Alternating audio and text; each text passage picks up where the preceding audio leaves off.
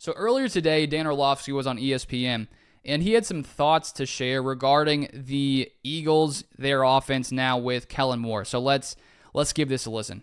Dan knew he needed to make those changes. Yeah. How does Kellen Moore change this offense to maybe favor what Jalen Hurts needs to do a little bit better? Yeah, there's going to be a lot more pre-snap motion. There's going to be a lot more changes in personnel. That's a little bit of a Kellen Moore identity. There's going to be a significant jump in some of the pass game concepts that have a little bit more NFL flair to them. I do think we'll see a little bit more of the nuanced RPOs. But when you talk about the Eagles coming off of last season, and then we pop that schedule up, my goodness, how important is that first month? Yeah. You know, Lewis made the point before of the youth, and there's question marks.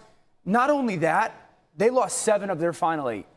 This is an organization in a city that just doesn't deal with things not going a certain way. And that first week, or that first month, you could sit here and say, let's take Jalen Hurts to take some time to learn this offense. I could sit here and say, man, this team could be 0-4. Ooh. I could sit here and also sit here and go, realistically, I could sit there, watch them be 3-1. Look, they could lose to Green Bay. And the Falcons, with their offensive talent, with the defense in Philly that's young and, unproven, and then they got at New Orleans, at Tampa, they got to get off to a fast start to kind of quiet some of the concerns coming off of the end of the season. There's no doubt about that. If they start 0-3, there's going to be a lot of pressure from the fan base and the Eagles, considering how they ended off last year on a really, really poor note. But I honestly don't think that's going to happen. I could see 3-1, 2-2. I don't feel like they're going to be 1-3 or 0-4, to be completely honest. I think bringing Kellen Moore in is going to get this Eagles offense a little bit back to how they used to be, much more high-powered. And even though, this Eagles offense took a step back from a year prior, they still finish in the top 10 in points per game, points overall at 7th best in the NFL. And it honestly was the defense that really held this team back, 30th when it came to points allowed. And so I think a lot of this comes down to the play of the Eagles defense going into this year under new defensive coordinator Vic Fangio. But I just think when you look at Kellen Moore, his time in Dallas over those 3 years, they had one of the best offenses in the NFL. He goes to the Chargers, and things didn't go quite as well there. I think they were around 20th when it came to scoring. But I feel like this Eagles offense has much more talent than the Chargers had last year. A lot better weapons overall, a lot better offensive line. Jason Kelce, of course, gone, so there's some questions there. But I think all in all, this is a team that's really set up to get back to similarly to how they played back in 2022. And a few interesting notes when you compare what really went wrong last year with this Eagles offense. They really slowed down their pace on offense, and I think that, we saw in 2022 that this Eagles offense was flying when they were, not being as, when they were being much more aggressive, when they were pushing the ball down the field, when they were, just not being a slow-paced offense, which we saw last year. Last year, if we look at their pace, and this is from, let me see here.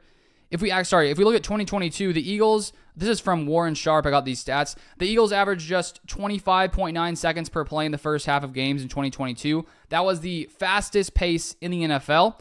Last year, they averaged 29.7 seconds per play in the first half, which was 25th. So there was a big change there when it came to their tempo. And when you look at Kellen Moore during his time in Dallas, in their 3 seasons, they were top 2 in plays per minute. So I'd assume we see a change there. And I feel like that's going to lead to more success from this Eagles offense, being just much more aggressive, not being quite as passive there.